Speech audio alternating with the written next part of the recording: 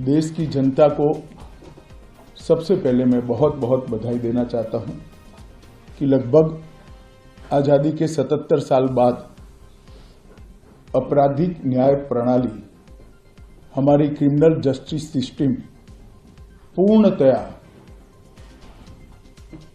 स्वदेशी हो रही है और भारतीय इथोस के आधार पर ये चलेगी। 75 साल के बाद इस कानूनों पर विचार हुआ और ये कानून जब आज से हर थाने में अपना काम करना चालू करेंगे, तब अंग्रेजों के बनाए हुए कानून निरस्त होकर भारत की संसद ने बनाए हुए कानून आए। दंड की जगह न्याय लेगा, देरी की जगह स्पीडी ट्रायल और स्पीडी जस्टिस मिलेगा। और पहले सिर्फ पुलिस के अधिकारों की रक्षा की गई थी, अब पीड़ितों के अधिकारों की रक्षा और जो कंप्लेनेंट है इसके भी अधिकारों की रक्षा करने का काम होगा। तो एक नए नजरिए के साथ ये तीनों कानून आज सुबह से ही, मतलब कल मध्यरात्रि से काम करना शुरू किए हैं। अब इंडियन पिनल कोड, जिसको आईपीसी कहते थे, 1860 से जो कानून था, इसकी जगह बीएनएस भारतीय न्याय संहिता आएगी।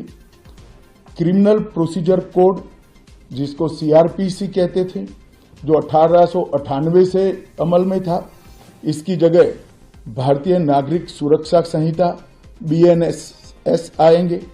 और इंडियन एविडेंस एक्ट 1872 से जो इस देश के क्रिमिनल जस्टिस सिस्टम को गवर्न करता था, इसकी जगह भारतीय साक्ष्य अधिनियम बीएसए लागू होगा। तो बीएनएस, बीएनएसएस और बीएसए के लागू होने से पूरी न्याय प्रणाली का आपराधिक कानूनों की पूर्णतया इसके अंदर हम कह सकते अब भारतीय आत्मा है। इसके ढेर सारे प्रावधान ऐसे किए गए हैं जिससे कई समूहों को फायदा होगा। कई सारी दफाएं जो अंग्रेजों के समय से विवाद में रही, इसको हटाकर आज के समय के अनुकूल धाराएं जोड़ी गई है। और कई सारी ऐसी चीजें जिससे भारतीय नागरिकों को परेशानी थी, इसको हटाकर नए प्रावधान किए गए हैं। सबसे पहले हमने इसमें हमारे संविधान के स्पिरिट के तहत दफाओं की और चैप्टर्स की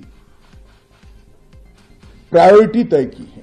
सबसे पहली प्रायोरिटी महिलाओं और बच्चों के अपराध को दी गई है और मैं मानता हूं कि ये करने की बहुत समय से पहले जरूरत थी। एक पूरा अध्याय इसमें जोड़ा गया है जिसमें 35 धाराएं हैं और 13 प्रावधान हैं, जिसमें गैंग रेप के लिए अब 20 साल की सजा या तो कारावास, आजीवन कारावास, नाबालिग के साथ बलात्कार में मौत की सजा, झूठा वादा पहचान छिपाकर शोषण करने वालों के लिए भी अलग से अपराध बनाया गया है। पहले सुप्रीम कोर्ट के जजमेंट से चलता था। पीड़िता का बयान उसके घर पर महिला अधिकारियों की उपस्थिति में और अपने परिजनों की उपस्थिति में लेने का भी प्रावधान किया है। और इसके साथ साथ ऑनलाइन एफआईआर की व्यवस्था से भी ढेर सारी उत्पीड़न का सामना कर रही महिला एम्बरेसमेंट से बच पाएगी, ऐसा हमारा मानना है। सालों से देश भर में मॉब लिंचिंग के अपराध के लिए कानून में कोई प्रावधान नहीं था। प्रावधान करने की मांग होती थी। पहली बार मॉब लिंचिंग को परिभाषित किया गया है।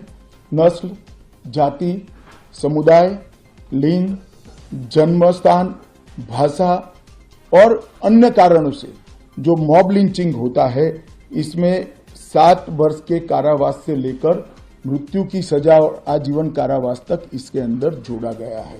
तो एक बहुत बड़े समय से जो मांग थी वो पूरी होने जा रही हैं। राजद्रोह एक ऐसा कानून था जो अंग्रेजों ने अपने शासन की रक्षा के लिए बनाया, चाहे महात्मा गांधी हो, चाहे तिलक महाराज हो, चाहे सरदार पटेल हो, सभी लोग यही कानून के तहत 6-6 साल की सजा काटे थे। इसी कानून के तहत केसरी पर प्रतिबंध लगाया गया था। वो अपने राज्य की सुरक्षा के लिए अंग्रेजों ने बनाया हुआ कानून था। राजद्रोह को हमने जड़ से समाप्त कर दिया है और देश विरोधी हरकतों के लिए नई धारा लेकर आए हैं। पहले सरकार के खिलाफ स्टेटमेंट देना गुनाह था, अब भारत की एकता और अखंडता को क्षतिग्रस्त करने के लिए ये कानून अमल में आएगा। तो आजादी के इतने सालों के बाद ये कानून में बदलाव हुआ है, जो एक बहुत बड़ा परिचायक है हमारे संविधान के स्पिरिट का। मैं आप सभी के सामने बड़े विश्वास के साथ कहता हूं कि ये तीनों कानूनों के पूर्ण स्पिरिट के साथ देश भर में लागू होने के बाद ये कानून सबसे आधुनिक न्याय प्रणाली का सर्जन करेंगे।